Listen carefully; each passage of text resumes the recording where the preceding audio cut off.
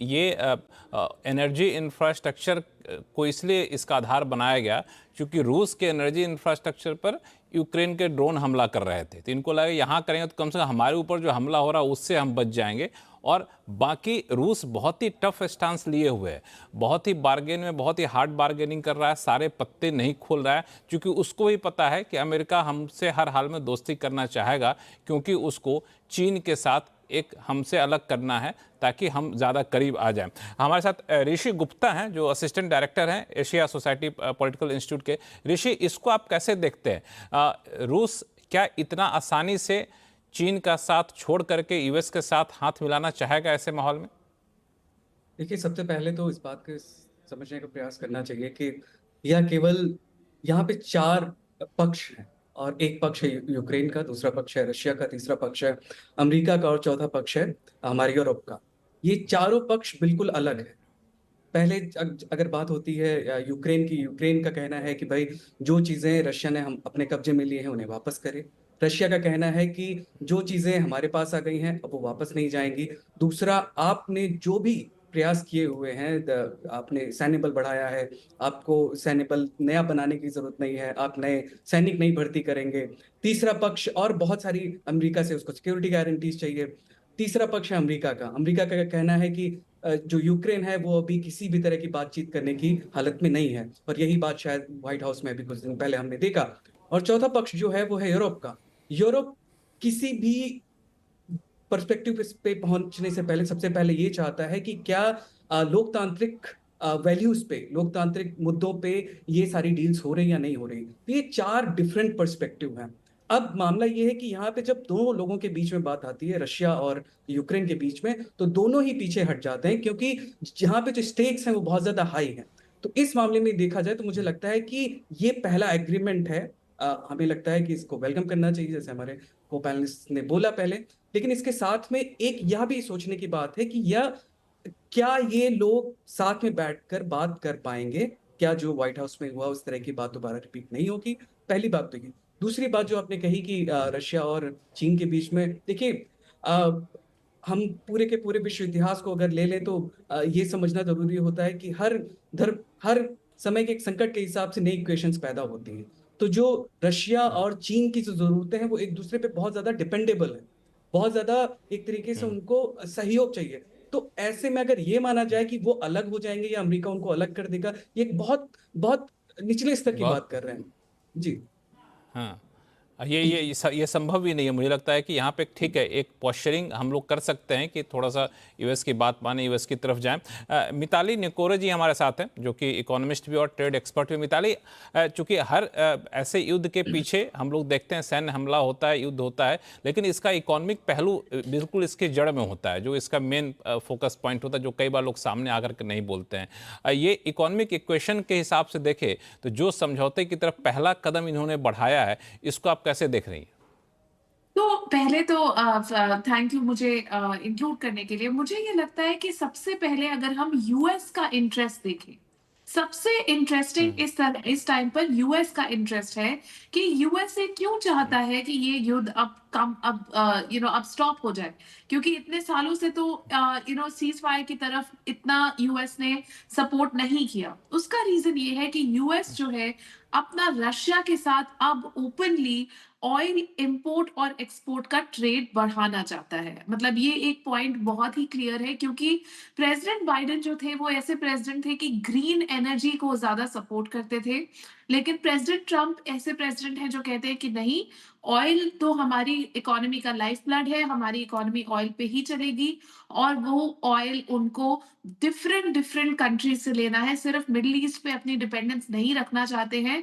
और इसलिए रशिया का ऑयल भी वो खरीदना चाहते हैं। लेकिन अगर रशिया यूक्रेन को ऐसे अटैक करता रहेगा तो नेटो के मेंबर होते हुए, मतलब नेटो के लीडर होते हुए, प्रेसिडेंट ट्रम्प ओपनली ये नहीं कर सकते। तो ये बहुत ही ऑयल ट्रेड का जो इकोनॉमिक रीजन है, वो सबसे बड़ा रीजन है मेरी रीडिंग में कि क्यों आज प्रेसिडेंट ट्रम्प चाहते हैं कि ये सीज फायर हो जाए।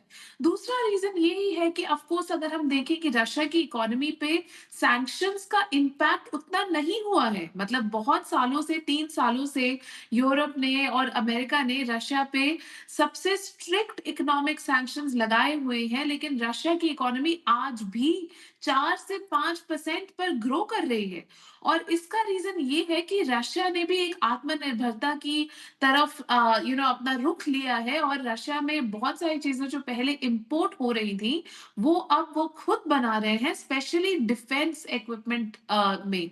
तो अब ये अमेरिका को भी दिख रहा है कि अगर रशिया और ज्यादा रिसर्च करेगा डिफेंस में, और ज्यादा इनोवेशन करेगा, और अमेरिका से भी आगे बढ़ने की एक तरीके से क्षमता रखता है रशिया, तो ये अमेरिका के लिए एक बहुत ही बड़ी चुनौती है एक विश्व स्तर पर। तो ये बहुत ज़रूरी है कि आज भी अमेरिका जो है सारी कंट्रीज़ को साथ में लेकर चले, और स्पेशली रशिया को साथ में लेकर चले। और तीसरा रीज़न है चाइना। अमेरिका अब रशिया को अपना नंबर 1 राइवल नहीं समझता। अमेरिका अब समझता है कि हमारा नंबर 1 राइवल एक्चुअली चाइना है, क्योंकि सबसे सेकंड लार्जेस्ट इकोनॉमी दुनिया की आज चाइना है।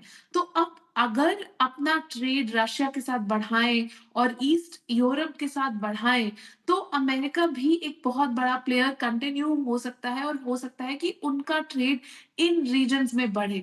तो इन तीनों रीजंस की वजह से मुझे लगता है कि ये प्रेसिडेंट ट्रम्प के लिए एक बहुत बड़ा चुनौती भी है और बहुत बड़ा टारगेट भी है कि यूक्रेन और रशिया के बीच में पीस आगे की ग्रोथ के लिए और रशिया के साथ एक इकोनॉमिक रिलेशनशिप बनाने के लिए इट्स मतलब नेसेसरी कंडीशन। बिल्कुल। यहाँ पे एम्बेसडर अशोक साहब आपको मैं जोड़ूंगा कि इसमें एक बड़ा ही क्रिटिकल फैक्टर रहा है वो आपको मिनरल को लेकर के, क्योंकि यूएस चाहता है कि वहाँ के मिनरल माइनिंग की राइट हमें मिले। इस पर बातचीत भी हुई, लेकिन बातचीत बहुत हद तक बनी नहीं। क्या ऐसा भी संभव है कि इस पीस टॉक में रशिया के साथ यूएस इस मिनरल की कोई ऐसी डील कर ले जिस पर रूस सहमत हो जाए कि ठीक है जी, अब हम सीज फायर को तैयार हैं? देखिए, मेरे ख्याल से अगर हम ये समझते हैं जो वो क्विड प्रो क्वो होगा, जो अगर वो देखिए मिनरल्स की जो कैरेट है वो उन्होंने रूस ने राष्ट्रपति पुतिन ने पहले ही डैंगल कर दी थी। जब राष्ट्रपति ट्रंप ने कहा था जो हमको यूक्रेन के ये वाले जो 500 बिलियन डॉलर्स का हमको वहां से चाहिए, मिनरल्स चाहिए, उसकी हम अग्रीमेंट साइन करना चाहते हैं, तो जल्दी से ही राष्ट्रपति पुतिन ने भी कह दिया था हमारे पास तो उससे ज्यादा मिनरल्स हैं, और ये जो सब एरिया जहां पर कि यूक्रेन में मिनरल्स हैं वो तो हमारे पास हमारे ऑक्यूपेशन में है। तो उन्होंने कहा आप आइए हमारे साथ बात करिए, हम आपको करने देंगे। देखिए मिनरल एक अच्छा वो अट्रैक्टिव ऑप्शन हो सकता है रूस का अमेरिका को ऑफर करने के लिए, but I don't think it is worth इतना रूस समझेगा जो उसके पास एडवांटेज है वो उसको दे दे ये, क्योंकि ज्यादा उसके लिए दो चीजें हैं मैं समझता हूं। जो एक तो है यूक्रेन की नेटो मेंबरशिप के लिए एकदम खत्म हो जाए, और दूसरा है जो उसने टेरिटरी ऑक्यूपाई की हुई है वो उसके पास रह जाए।